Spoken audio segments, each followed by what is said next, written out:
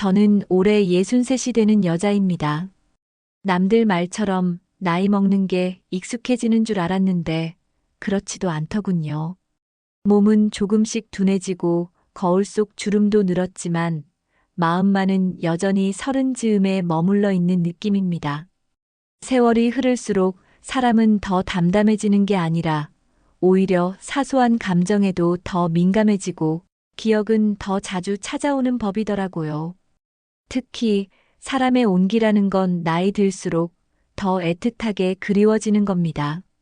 남편은 공무원 생활을 정년까지 마치고 이제는 하루 대부분을 TV 리모컨 옆에 두고 사는 사람입니다.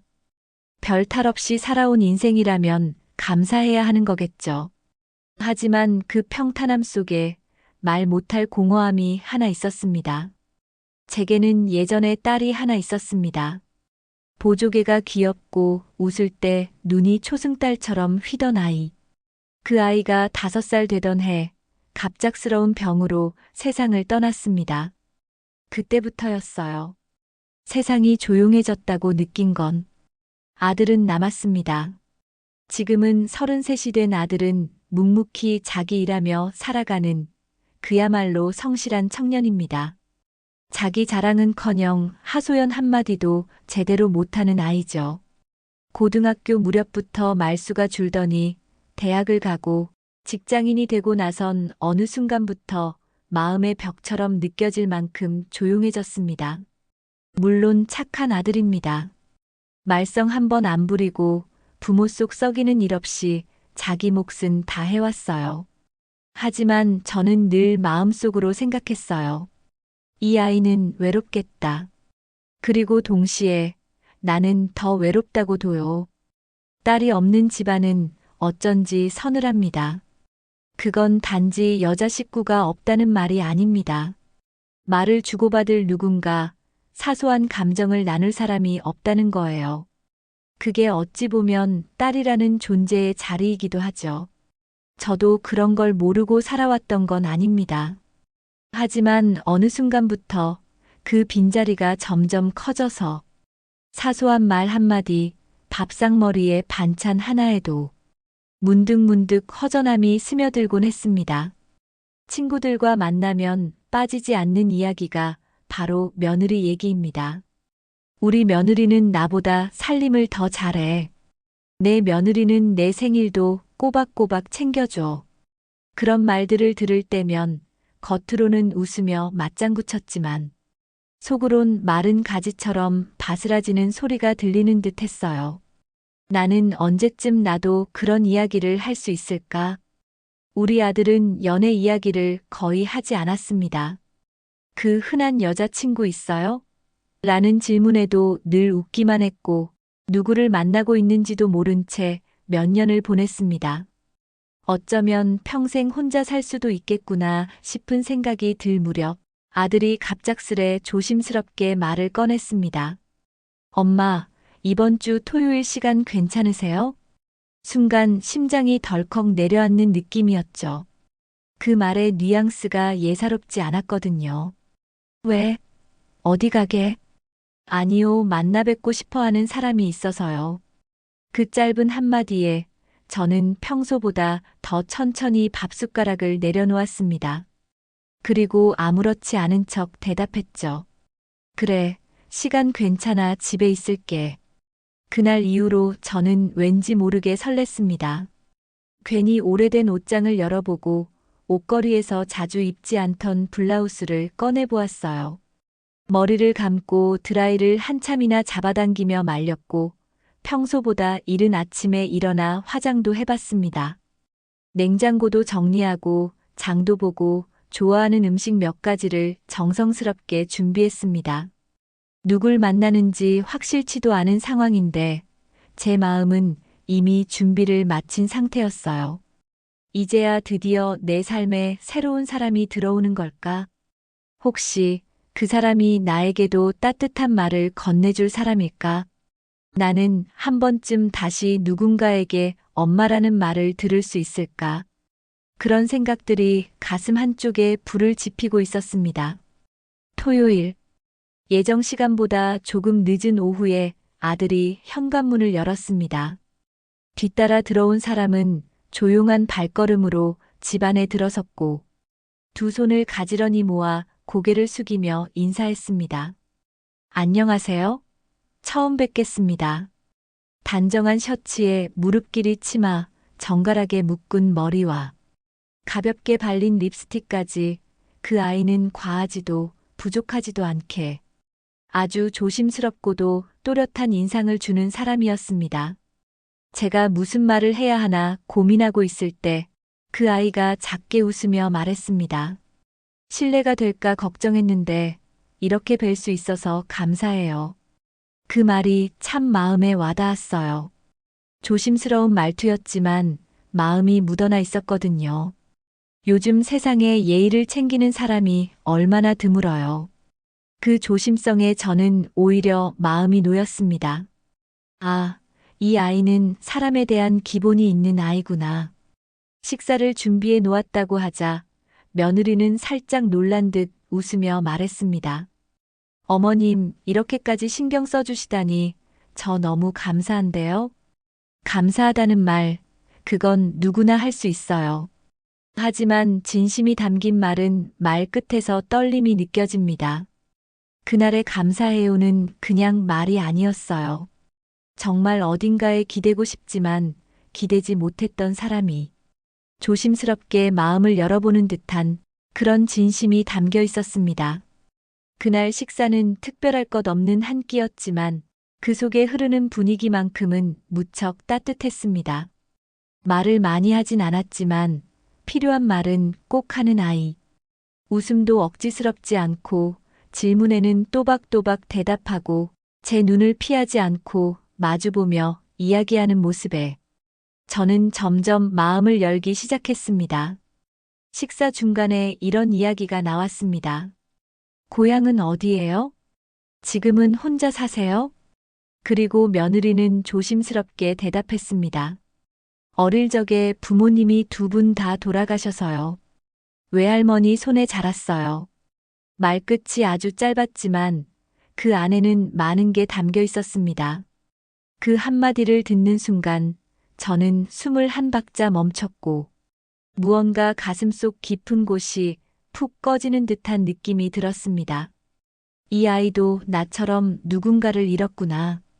그 순간부터였어요.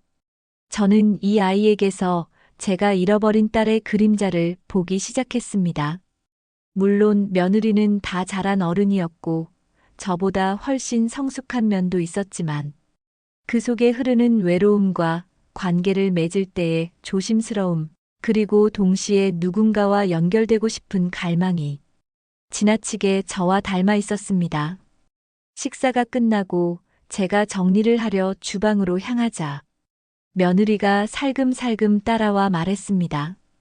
어머님, 저 도와드려도 될까요? 순간 저는 손에 들고 있던 그릇을 내려놓고 멈칫했습니다.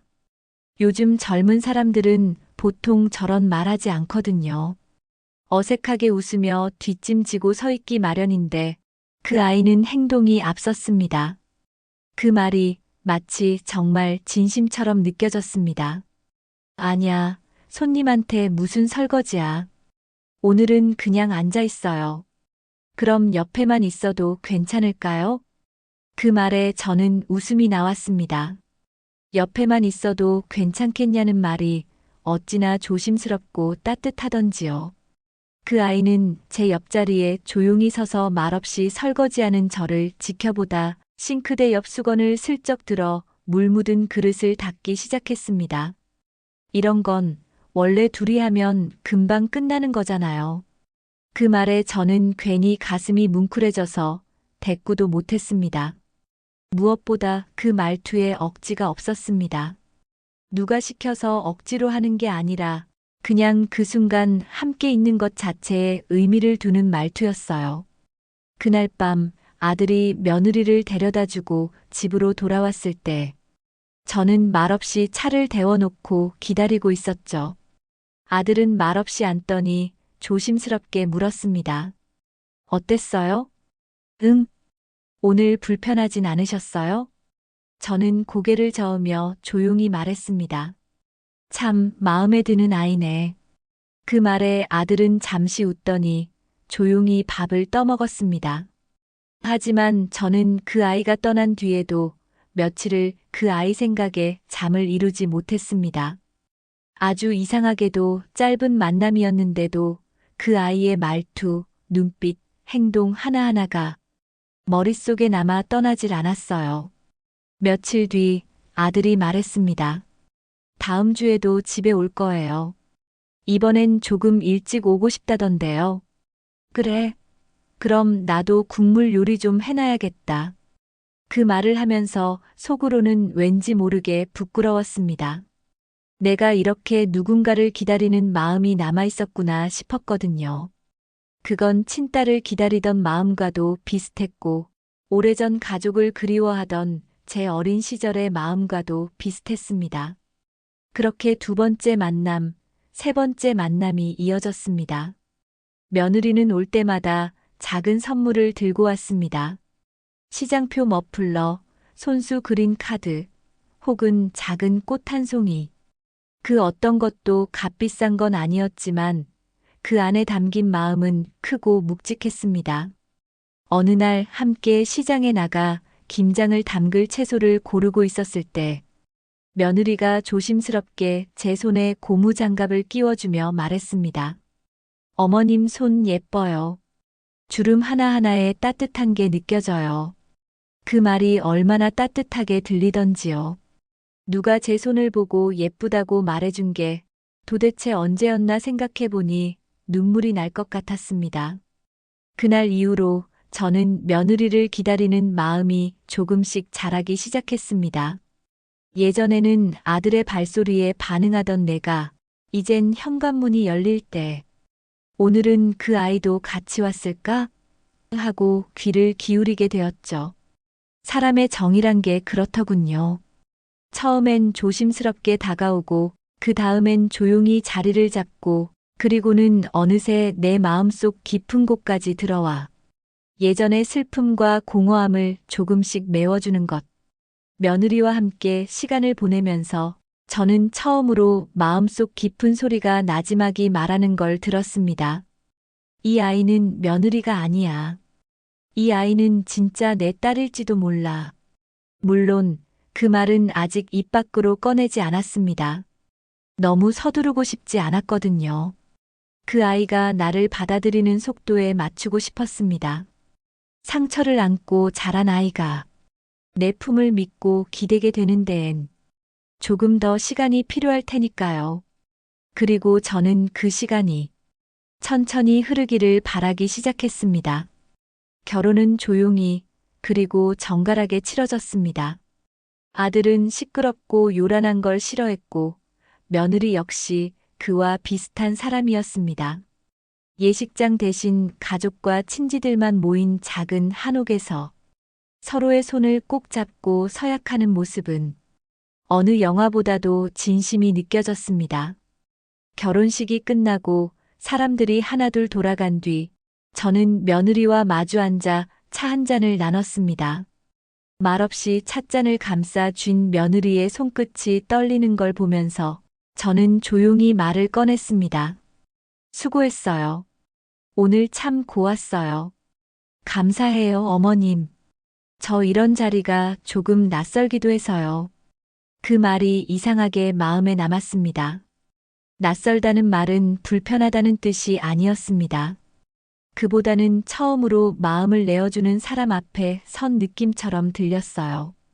그리고 저는 느꼈습니다. 이 아이가 앞으로 내 인생에 얼마나 큰 자리를 차지하게 될지, 이 결혼이 단지 아들의 인연이 아니라 내가 잃어버렸던 가족의 일부를 되찾는 일이 될지도 모른다는 예감을요.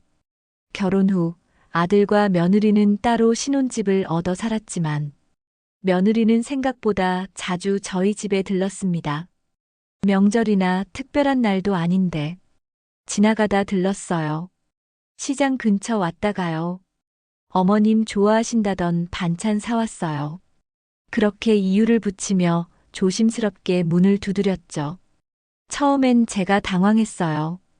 요즘 세상에 이런 며느리가 있나 싶을 정도로 그 아이는 내색하지 않으면서도 다정했고 불쑥 찾아오면서도 절대 부담을 주지 않았습니다. 오히려 제 눈치를 더 살피고 제 반응을 살피는 모습에서 저는 또 한 번 그 아이의 속 깊은 마음을 들여다보게 됐습니다. 어느 날은 함께 장을 보러 가게 됐습니다. 며느리가 먼저 제안을 했죠.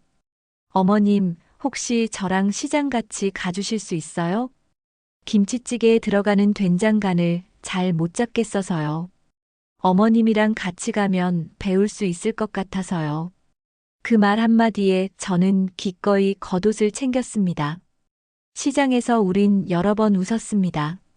한 손엔 바구니, 다른 손엔 김치거리를 들고 고춧가루 앞에서 진지하게 무게를 재던 모습, 무말랭이를 고르다 서로 의견이 갈려 장터 한복판에서 이건 너무 질겨요.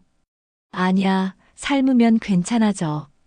그렇게 대화를 주고받으며 걷다 보니 순간 문득 이런 생각이 들었습니다. 이게 딸과 엄마의 시간이라는 거구나. 이런 사소한 걸로 이야기하고 함께 고민하고 각자 입맛을 알아가고 취향을 조율해가는 것. 그게 어쩌면 가장 진짜 가족 같은 순간이 아닐까 싶었어요. 며칠 뒤 며느리가 만든 김치찌개를 먹으러 초대받았습니다. 작은 아파트였지만 식탁 위에 가지런히 놓인 반찬들과 정갈한 그릇 하나하나에 정성이 고스란히 느껴졌습니다.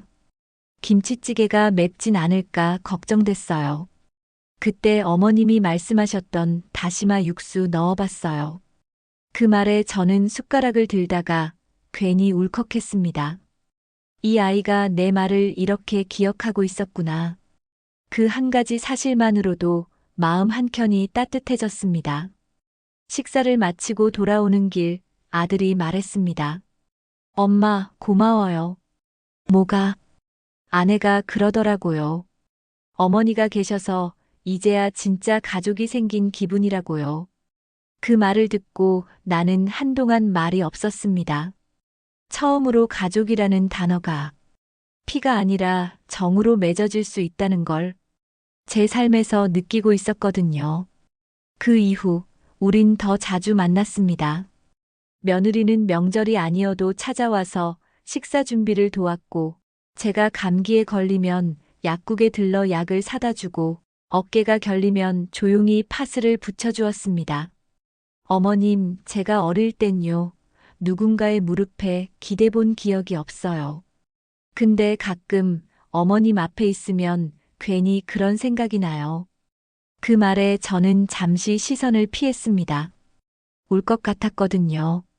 어느 날 며느리에게 조심스럽게 말했습니다. 혹시 내가 부담스러운 건 아니죠? 그러자 며느리는 고개를 저으며 아주 천천히 말했습니다. 부담이라니요. 어머님이 계셔서 제가 이제야 좀 따뜻해졌어요. 저 엄마라는 말 한 번쯤은 편하게 불러보고 싶었어요. 그 순간 나는 아무 말도 할 수 없었습니다. 가슴속 어딘가가 뻥 뚫린 듯했고 마치 오래된 갈비뼈 안쪽이 서서히 따뜻해지는 기분이었죠. 그날 이후로 며느리는 가끔 저를 어머님 대신 엄마라고 부르기 시작했습니다. 처음엔 낯설었지만 그 단어는 생각보다 너무나도 익숙하게 제 마음속으로 들어왔습니다. 그 아이는 어느새 내 딸이 되어 있었습니다. 나는 이제야 진짜 엄마가 된 것 같았고 그 아이는 이제야 진짜 딸이 생긴 것 같다고 말했죠. 우린 그렇게 피는 섞이지 않았지만 진심으로 이어진 관계가 되었습니다. 이 세상에 단 하나뿐인 딸 같은 며느리로요. 봄이 지나고 여름이 다가오면서 집 앞 작은 화단에는 새순이 가득 돋아났습니다. 며느리는 주말마다 틈틈이 찾아와 장갑을 끼고 잡초를 뽑고 작은 호스를 들고 화초에 물을 주었습니다. 저는 멀찍이 서서 그 모습을 바라보다 어느새 며느리 옆에 나란히 앉아 함께 손을 놀리고 있었습니다. 우리는 그렇게 말보다 행동으로, 시간보다 마음으로 서로를 알아가고 있었습니다. 엄마, 이 꽃 이름 아세요? 응, 저건 샤스타데이지야. 하얀 꽃잎에 노란 가운데가 예쁘지. 며느리는 고개를 끄덕이며 작은 미소를 지었습니다. 그렇게 아무 일 없는 하루가 흘러가던 어느 날이었습니다. 가슴에 묵직한 통증이 찾아왔습니다. 처음에는 대수롭지 않게 넘겼지만 며칠을 반복하자 불안한 마음이 커졌습니다. 결국 병원을 찾았고 검진 결과 심장 쪽에 이상이 있다는 진단을 받았습니다. 의사는 단호하게 말했습니다. 바로 시술을 받으셔야 합니다. 더 미루시면 위험할 수 있습니다. 귀가 멍해졌습니다. 의사의 말이 잘 들리지 않았습니다. 병원 복도를 걸어 나오면서도 마음은 한없이 무거워졌습니다. 아들에게는 차마 바로 말을 꺼낼 수가 없었습니다. 그 대신 저는 며느리에게 전화를 걸었습니다. 혹시 시간 괜찮으면 잠깐 볼 수 있을까? 그날 저녁 며느리는 평소보다 더 조심스럽게 문을 열고 들어왔습니다. 제 앞에 앉은 며느리는 아무 말 없이 제 표정을 살폈습니다. 엄마, 어디 편찮으세요? 저는 한참을 망설이다 조심스럽게 이야기를 꺼냈습니다. 의사의 진단, 필요한 시술, 그리고 걱정스러운 마음까지. 며느리는 제 말을 가만히 듣더니 제 손을 꼭 잡았습니다. 엄마, 걱정하지 마세요. 제가 옆에 있을게요. 그 말에 저는 순간 울컥했지만 눈물을 보이지 않으려고 애썼습니다. 며칠 후 시술 당일 아들과 며느리 그리고 남편이 함께 병원에 왔습니다. 시술을 받으러 들어가기 전 저는 며느리의 손을 꼭 붙잡았습니다. 그 따뜻한 온기에 마음 한구석이 저절로 풀어졌습니다. 시술은 무사히 끝났습니다. 하지만 입원해 있는 동안 저는 원치 않는 말들을 듣게 되었습니다. 며느리가 너무 나서는 거 아니야? 피 한 방울 안 섞였는데 저렇게까지 할 필요가 있나? 병문안 온 친척들의 조용한 뒷말이 병실 벽을 넘어 제 귀에까지 들려왔습니다. 저는 아무 말도 하지 않았습니다. 그저 창밖을 바라보며 조용히 마음을 다잡았습니다. 그날 밤 며느리가 병실로 조용히 들어왔습니다. 수건을 적셔 제 이마를 닦아주던 며느리는 제 눈을 들여다보며 물었습니다. 엄마, 무슨 일 있었어요? 오늘따라 얼굴이 더 안 좋아 보여요. 저는 애써 미소를 지으며 고개를 저었습니다. 아니야. 그냥 조금 피곤해서 그래. 진심을 숨기려 애썼지만 며느리는 아마 느꼈을지도 모릅니다. 제가 무언가를 꾹꾹 눌러 담고 있다는 것을. 며칠 후 퇴원하던 날이었습니다. 아들은 회사 일로 잠시 자리를 비웠고 남편은 집에 먼저 가 준비를 해두었습니다. 며느리와 저는 나란히 택시를 탔습니다. 창밖으로 쏟아지는 햇살 속에서 며느리는 한참을 말없이 앉아 있더니 조심스럽게 입을 열었습니다. 엄마는 정말 저를 딸처럼 생각하세요? 그 질문에 저는 쉽게 대답할 수가 없었습니다. 숨을 깊게 들이쉬고 천천히 그러나 분명하게 말했습니다. 그럼 나는 내가 내 딸보다도 더 딸 같아. 너는 내 인생에서 가장 고마운 사람이야. 그 말을 들은 며느리는 고개를 돌려 창밖을 바라보았습니다.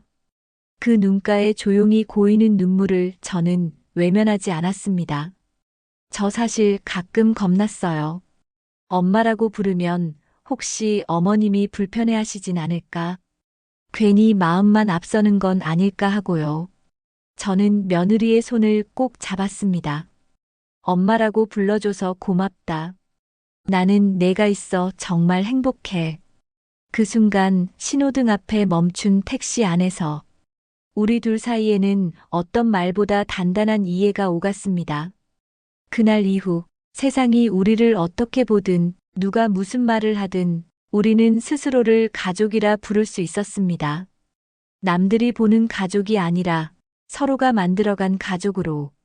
겨울이 깊어가던 어느 날 며느리는 김이 모락모락 나는 보온병을 들고 집에 찾아왔습니다. 엄마, 오늘 날이 추워서요. 따끈한 대추차 끓였어요. 조금 달달할지도 몰라요. 며느리는 부끄러운 듯 웃으며 보온병을 내밀었습니다.